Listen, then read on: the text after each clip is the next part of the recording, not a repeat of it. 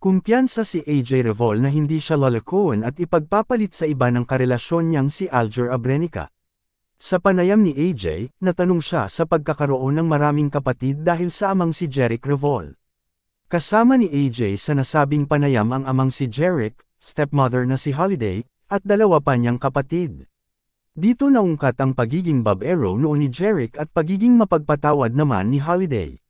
Dahil sa nakaraan ng kanilang pamilya, naitanong ni Julius kay AJ kung ano ang kanyang mararamdaman kung sakaling mangyari ito sa relasyon nila ni Aljur.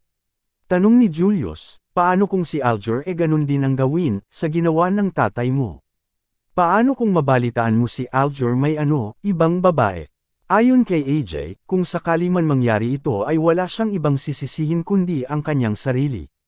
Aniya, siguro kung dumating sa point na ganon, siguro sisisihin ko yung sarili ko. Siyempre, kung naging maayos ba akong partner, naging ano ba ako, nagger, nasuportahan ko ba siya noong time na down siya. Ganun pa man, tiwala raw si AJ na hindi siya kayang saktan at ipagpalit ni Aljur dahil nakikita at nararamdaman daw niyang mahal na mahal siya nito.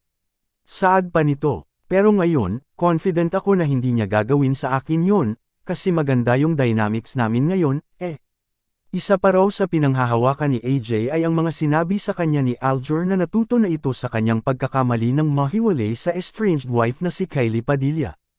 Ani AJ, galing na siya sa pagkakamali. Sinasabi niya, natuto na siya. Nananatiling matatag ang relasyon nina AJ at Aljur sa kabila ng ilang espekulasyon sa kanilang pag-iibigan.